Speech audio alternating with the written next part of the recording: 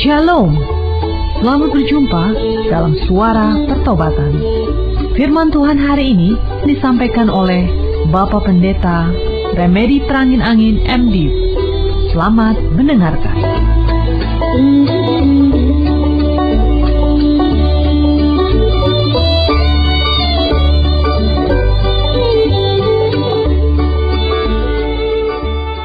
Kami bersyukur pada hari ini Tuhan Yesus dipersatukan kembali dalam persekutuan lewat udara, dalam persekutuan Suara Pertobatan.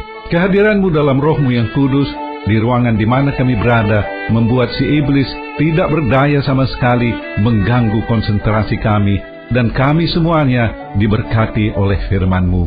Dalam kehidupan kami dapat melihat apa yang kami alami adalah buah dari perbuatan-perbuatan kami. Ada hubungan sebab dan akibat dalam kehidupan ini. Tuhan Yesus, kami ingin mendapat pencerahan lagi lebih jauh tentang hal ini, menjadi pegangan kami, kekuatan kami dalam menjalani kehidupan kami sehari-hari. Berbicaralah Tuhan, kami sudah siap mendengarkan dan diberkati oleh firman-Mu. Terpujilah nama-Mu dari kekal sampai kekal. Haleluya, haleluya, amin.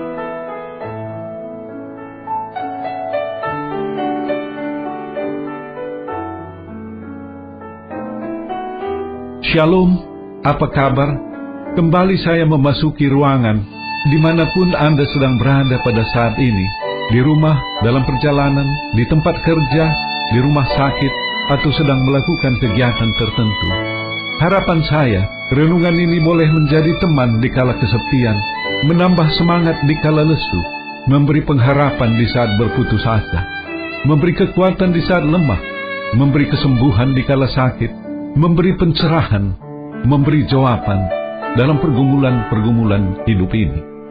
Kita semuanya diberkati oleh Tuhan Yesus melalui firman-Nya. Saudara-saudara yang dikasihi Yesus Kristus, hukum sebab akibat adalah hukum yang bisa diterima oleh logika manusia. Apabila seorang siswa belajar dengan rajin, ia akan menjadi pintar. Orang yang rajin menabung, sedikit-sedikit menjadi bukit. Orang yang bekerja rajin dan tekun berhasil dalam hidupnya.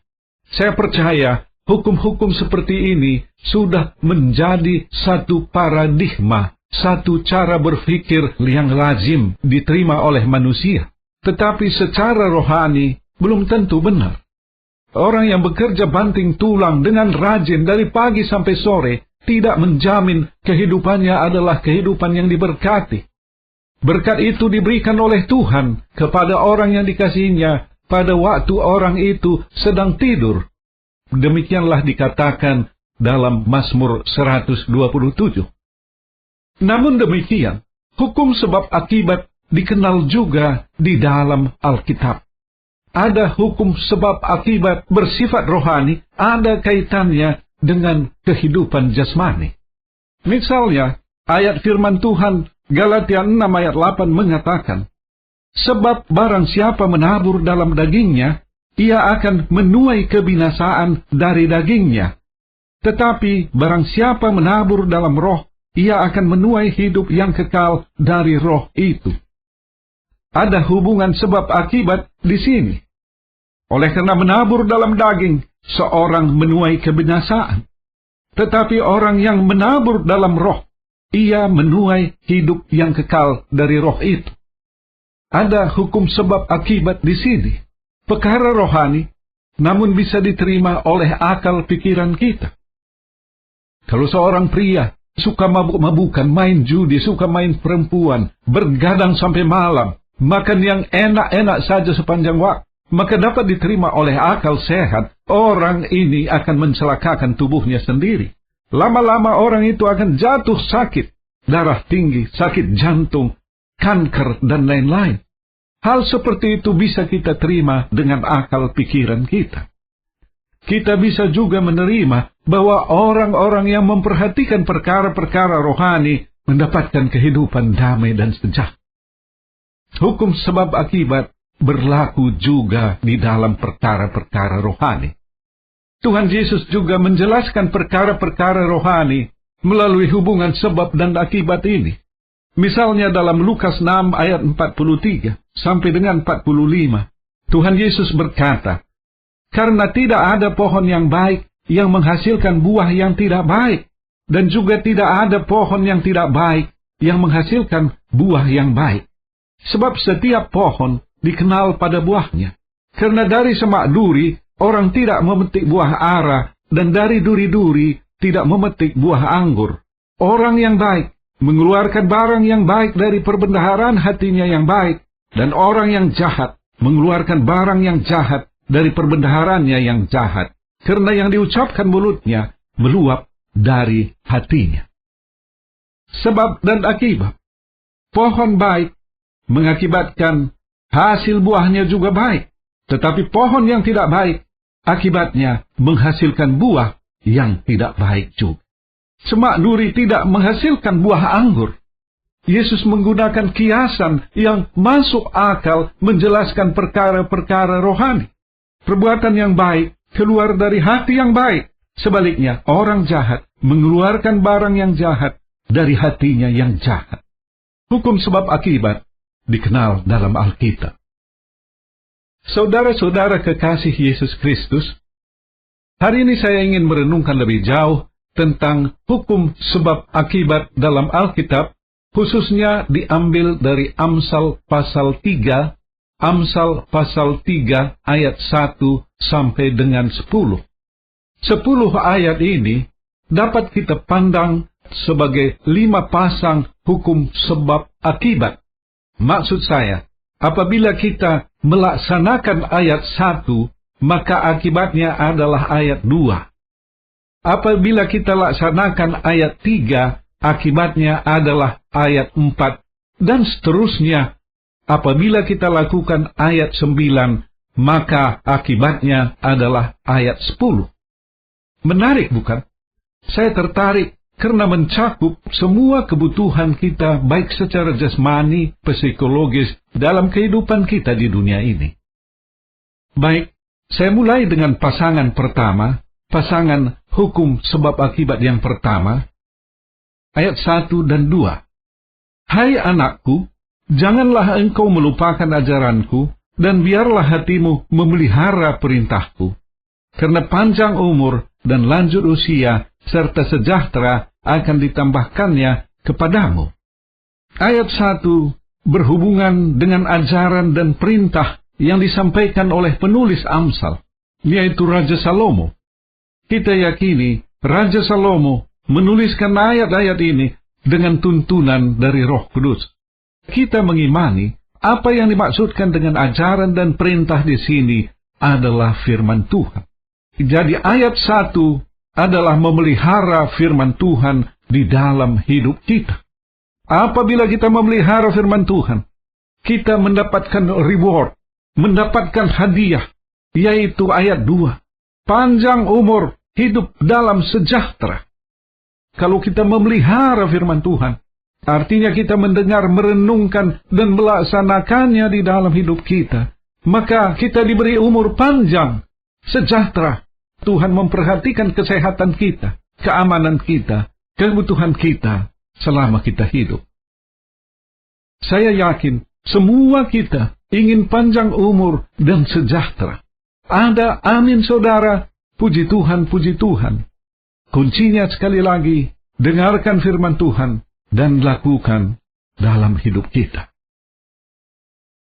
Pasangan hukum hikmat kedua adalah ayat 3 dan 4. Saya baca, "Janganlah kiranya kasih dan setia meninggalkan engkau. Kalungkanlah itu pada lehermu, tuliskanlah itu pada loh hatimu. Maka engkau akan mendapat kasih dan penghargaan dalam pandangan Allah serta manusia."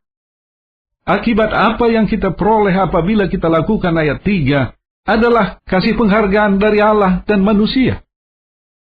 Saudara, di sini saya ingat teori kebutuhan Maslow. Maslow membagi kebutuhan manusia atas 5 tingkatan.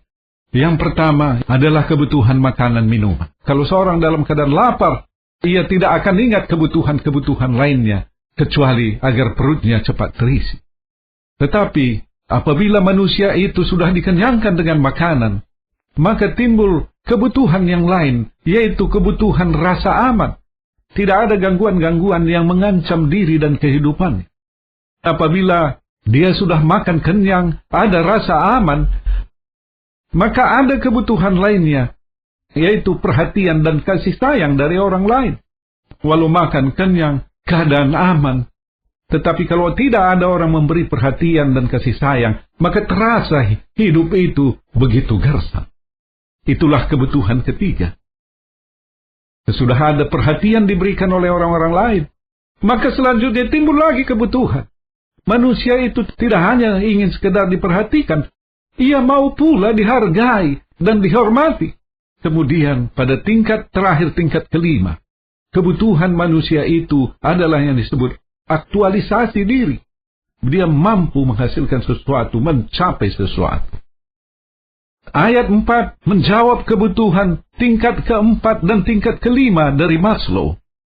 Kita mendapat kasih dan penghargaan dalam pandangan Allah dan manusia. Kenapa seorang mendapat penghargaan dari orang-orang lain? Oleh karena dia sudah mengaktualisasikan dirinya, seorang yang berguna bagi orang-orang lain, terutama berguna bagi Tuhan.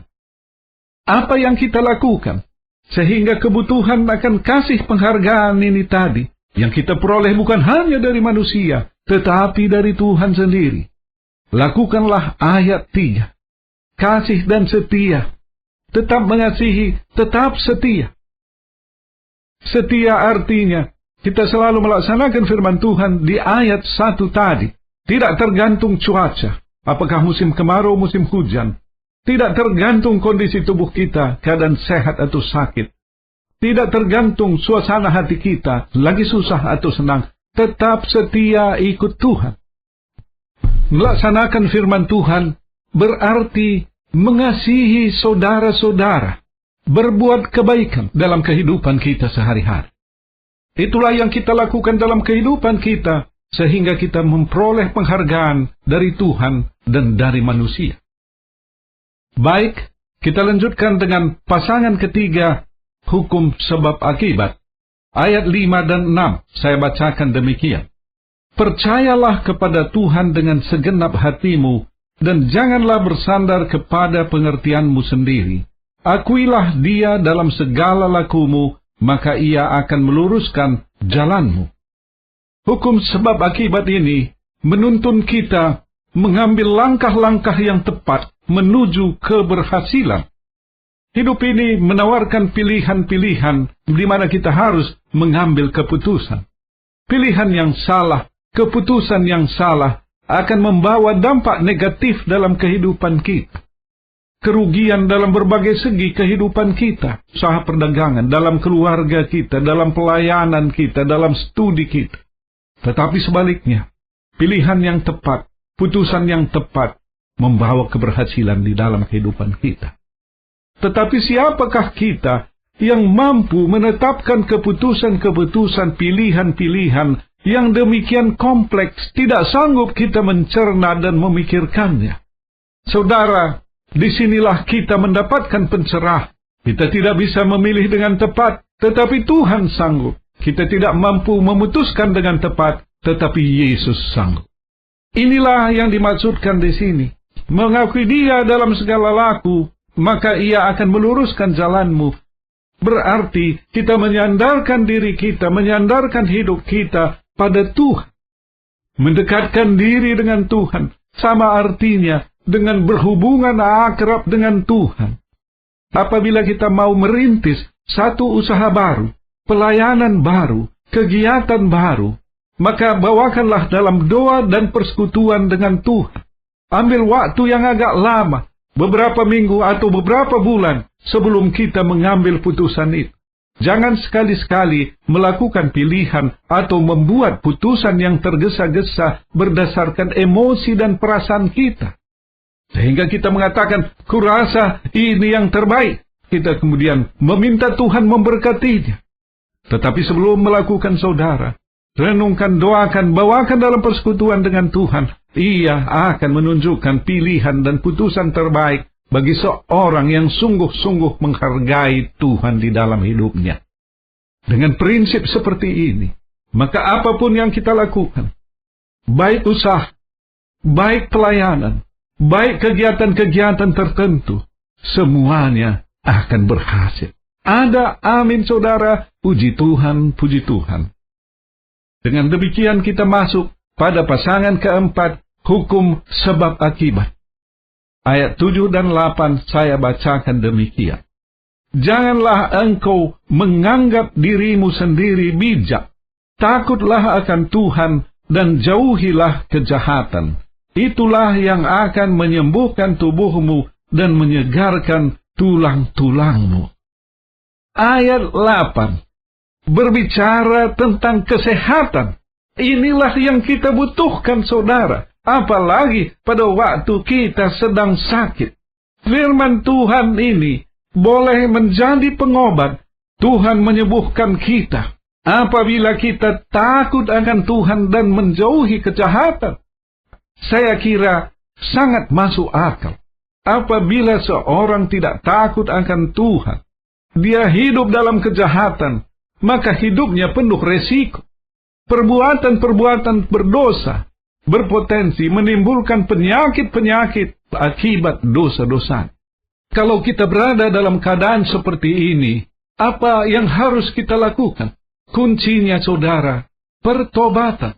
Kalau dulu kita tidak peduli perkara rohani, maka sekarang datanglah ke gereja, ke persekutuan, ke KKR, ikuti pelayanan-pelayanan diakoni. Waktu kita bertobat, maka kita menjauhi kejahatan. Takut Tuhan, jauhi kejahatan, maka kita bisa melihat dampaknya, kesembuhan atas penyakit kita. Ada amin, saudara. Puji Tuhan, puji Tuhan. Pasangan 5, pasangan terakhir, hukum sebab akibat yang kita renungkan hari ini, ayat 9 dan 10, demikian. Muliakanlah Tuhan dengan hartamu dan dengan hasil pertama dari segala penghasilanmu. Maka lumbung-lumbungmu akan diisi penuh sampai melimpah-limpah, dan bejana pemerahanmu akan meluap dengan air buah anggurnya. Ayat 10 berbicara tentang kelimpahan hidup secara harta benda. Lumbung-lumbung berlimpah, bejana meluap dengan air anggur, melambangkan kehidupan yang berlimpah berkat. Kapan kita bisa terima itu? Apabila kita muliakan Tuhan dengan harta kita dan dengan hasil pertama dari segala penghasilan kita. Saudara, pada waktu kita diberi berkat oleh Tuhan, ingat, ada sebagian di sana yang dititipkan Tuhan untuk kepentingan pelayan. Tuhan tidak memberikan kepada gereja atau organisasi-organisasi pelayanan uang cash langsung dari surga yang bersifat simsalabim. Tidak, saudara. Tuhan memang tidak kelihatan, tetapi Ia bekerja melalui orang dan sarana yang kelihatan. Ia menitipkan sebagian dari berkat yang diterima oleh anaknya untuk disalurkan bagi pelayanan, bagi penginjil. Pada waktu orang itu menyadari dan menyalurkannya, maka Tuhan akan memberkati lagi oleh karena titipan-titipan Tuhan bagi pelayanan itu tadi.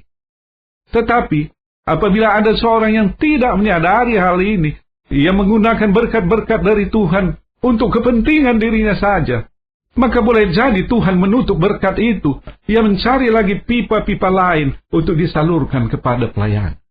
Saya kira inilah pandangan yang benar untuk melihat kenapa kita diberkati oleh Tuhan. Oleh karena itu, kita boleh merasakan kehidupan kita itu semakin dan semakin diberkati. Ada amin, saudara. Puji Tuhan, puji Tuhan. Saudara-saudara yang dikasihi Yesus Kristus, kita sudah merenungkan firman Tuhan, 5 pasang ayat dari Amsal pasal 3 ini tadi. Hukum-hukum sebab akibat mengandung rahasia bagi umur panjang dan sejahtera, pemenuhan kebutuhan hidup, adanya penghormatan dari Tuhan dan orang lain, oleh karena kita berbuat sesuatu kebaikan. Hukum sebab akibat ini tadi memberikan kita rahasia, melakukan pilihan dan putusan yang tepat. Firman Tuhan juga memberi petunjuk supaya kita tetap sehat, bahkan disembuhkan dari penyakit. Dan terakhir, firman Tuhan memberikan rahasia hidup berkelimpahan secara harta dan benda. Firman Tuhan ini berlaku bagi anak-anak Tuhan. Ingatlah hukum-hukum sebab akibat ini tadi, dan kita laksanakan di dalam kehidupan kita. Laksanakan, kata saya. Apakah kita mampu melaksanakannya? Saya katakan, tidak bisa, saudara. Apabila kita sudah selesai mendengar renungan ini, kita bersemangat mengatakan, aku akan melakukannya. Tetapi tidak lama kemudian, besok, lusa kita sudah melupakannya kembali. Apa yang perlu kita lakukan agar firman Tuhan ini tadi melekat di dalam hidup kita, bisa kita laksanakan dalam hidup kita keseharian? Kita tidak bisa melakukannya, tetapi puji Tuhan, haleluya, kita tidak bisa, tetapi Yesus sendiri bisa. Saudara, yakinkan, Yesus Kristus ada di dalam hati saudara. Roh Kudus mendiami diri saudara. Kapan Roh Kudus berdiam di dalam diri kita? Roh Kudus dianugerahkan kepada kita pada waktu kita bertobat di dalam Yesus Kristus. Pada waktu Roh Kudus menjamah hati kita, kita disadarkan akan dosa-dosa jalan tersesat selama ini. Apapun itu dan bagaimanapun wujudnya, dalam kehidupan keluarga, dalam kehidupan usaha, dalam kehidupan pelayanan dan lain-lain. Pada waktu kita sungguh-sungguh bertobat, Roh Kudus dianugerahkan kepada kita. Kehadiran Roh Kudus dalam hati kita memampukan kita melaksanakan firman-Nya. Berkat-berkat hidup, sukacita, damai, sejahtera, secara jasmani, secara rohani, kita terima di dalam kehidupan kita, seumur hidup kita, bahkan sampai masa kekekalan. Tuhan Yesus memberkati kita semua dengan keluarga berlimpah-limpah.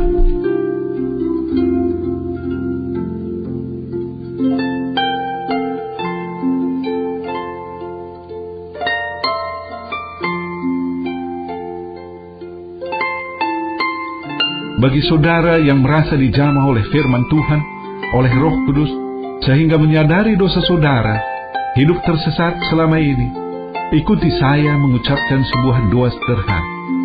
Tuhan Yesus, ampuni hamba yang berdosa ini. Sungguh-sungguh kusadari dosaku. Aku memohon pengampunan. Aku rindu pimpinanmu dalam perjalanan hidup ke depan ini.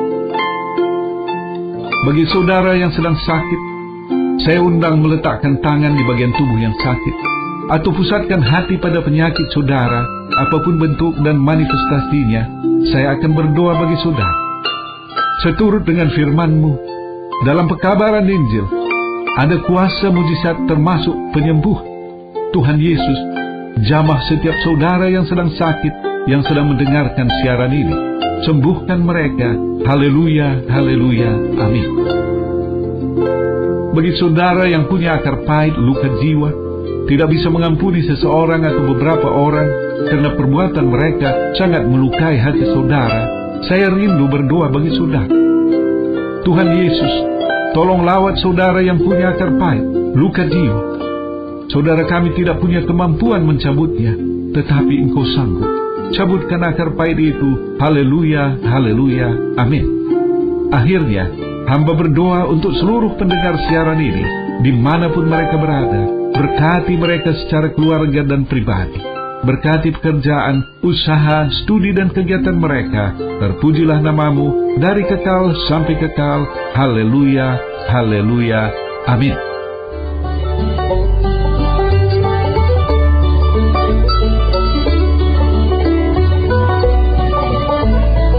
Kita sudah mendengarkan firman Tuhan yang disampaikan oleh Bapak Pendeta Remedi Prangin Angin MD. Pendengar dapat mengirimkan pokok-pokok doa kepada Suara Pertobatan, alamat email suarapertobatan@gmail.com, suarapertobatan@gmail.com, SMS atau telepon di pesawat 021 7005 8400, 021 7005 8400. Sampai jumpa pekan depan pada hari dan jam yang sama. Tuhan Yesus memberkati.